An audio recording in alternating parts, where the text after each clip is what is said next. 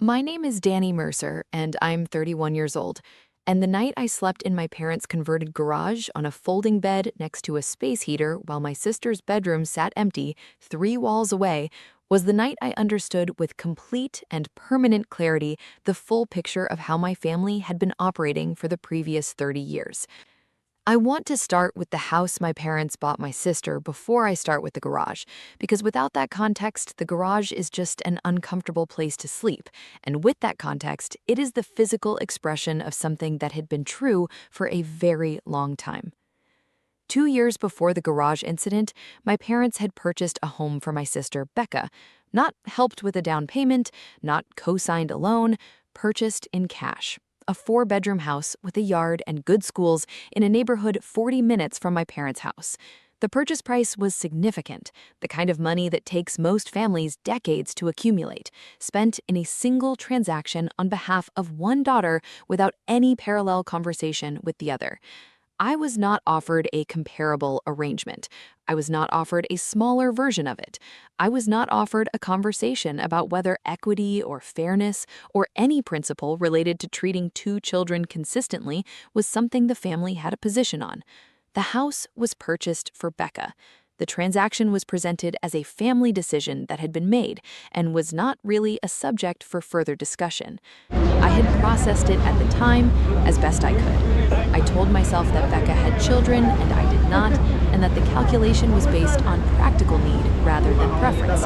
I told myself that my parents' resources were theirs to allocate and that attachment to the outcome was not a productive use of my energy. I processed it imperfectly and moved on. Then my father's health declined, a cardiac event in January that required surgery and a significant recovery period. My parents' house was too large for my mother to manage alone, and my father's recovery required daily presence that my mother could not provide by herself. Someone needed to come. Becca had 4 children and a house 40 minutes away, and a schedule that was complex in the specific way that schedules are complex when you have 4 children and a life organized around them. She offered to visit every other weekend and to be available by phone. I had an apartment I was subletting and a remote job I could do from anywhere. I had no children. I had 8 hours of driving between me and my parents' house, and the specific freedom of a person whose life, by design or circumstance, had remained portable. I told my parents I was coming. My mother said she was grateful. Then she called back to discuss logistics. That was when she mentioned the garage. She said it the way she said things she was not entirely comfortable saying but had decided needed to be said, quickly and with warmth, as if the warmth could smooth the information into something easier to receive. She said the house had the 3 bedrooms I already knew about, my father's recovery room, her room, and the 3rd bedroom, which she said had been set up for Becca's children for when they visited.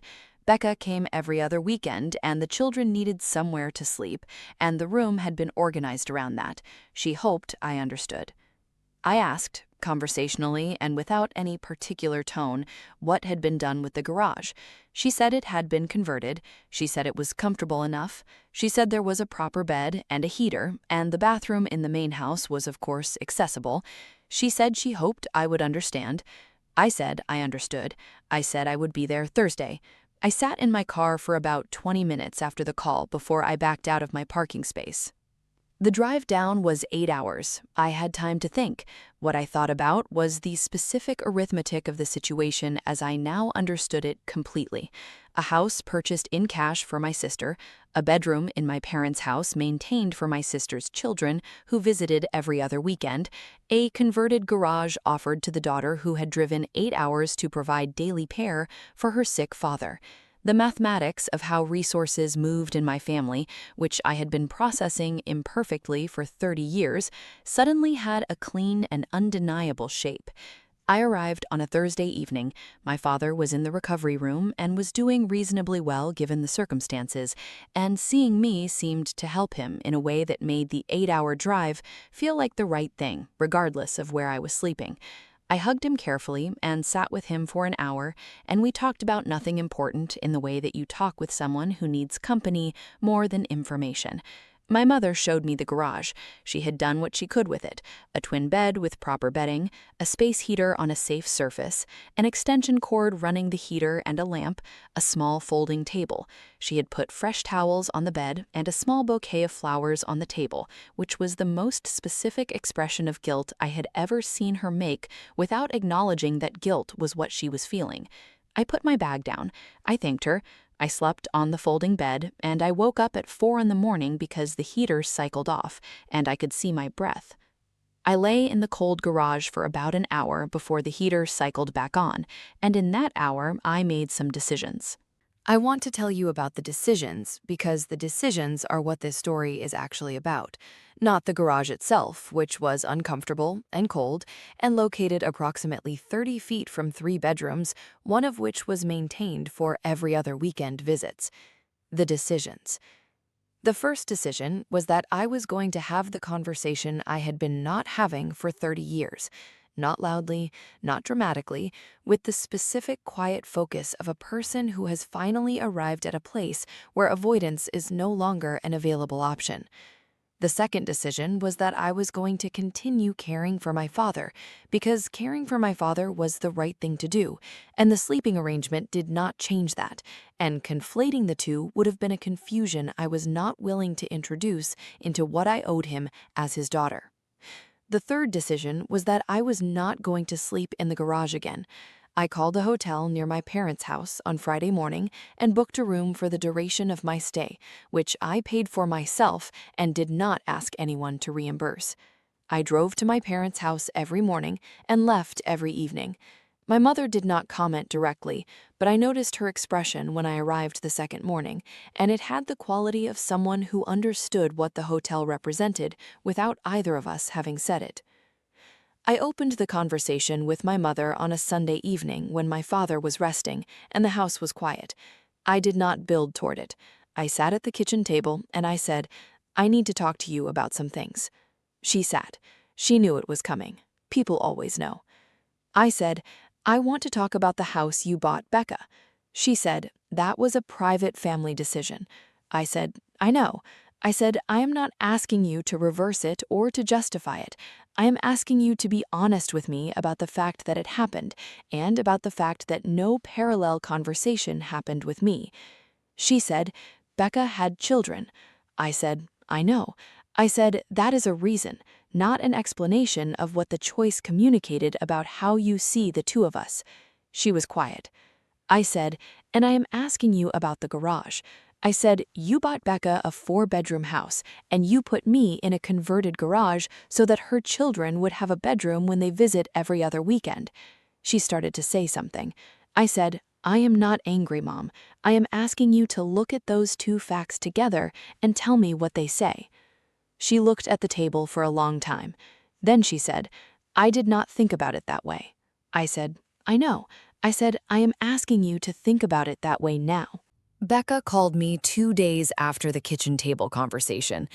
My mother had clearly talked to her. Becca's voice had the quality it takes when she is managing something uncomfortable by being very organized about it, which is the way Becca manages most things.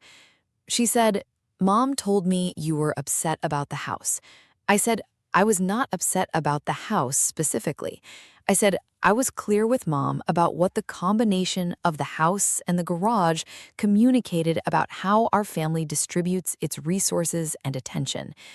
Becca said, "The house made sense for us. We have 4 kids." I said, "I understand the reasoning." I said, "I also understand that I drove 8 hours to provide daily care for Dad and was offered a converted garage while a bedroom was maintained for your visits."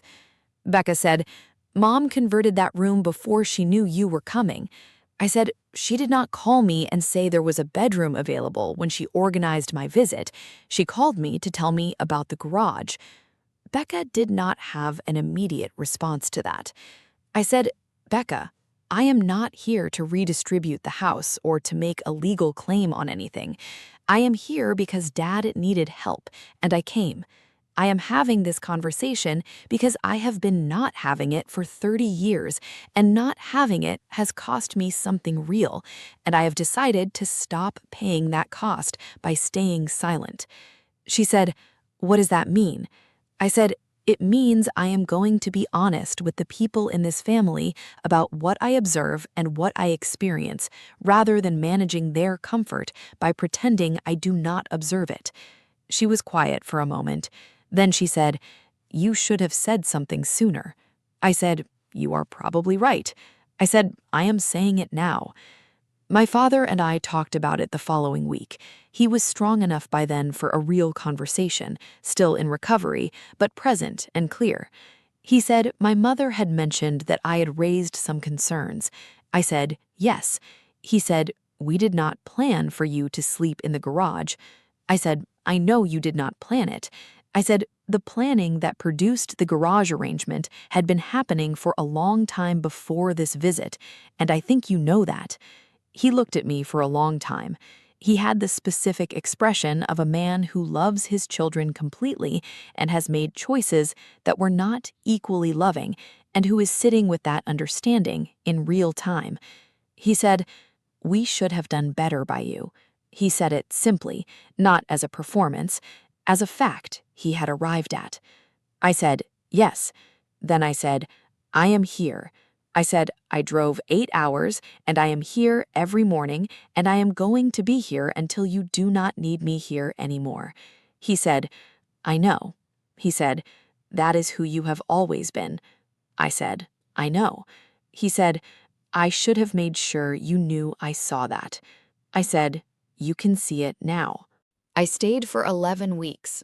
I drove to my parents' house every morning, and I left every evening to the hotel I was paying for myself, and I managed my father's recovery with the specific, organized consistency of a person who has decided to do something completely and is doing it completely. He improved steadily. By week 8, he was mobile, and by week 10, he was managing his own mornings.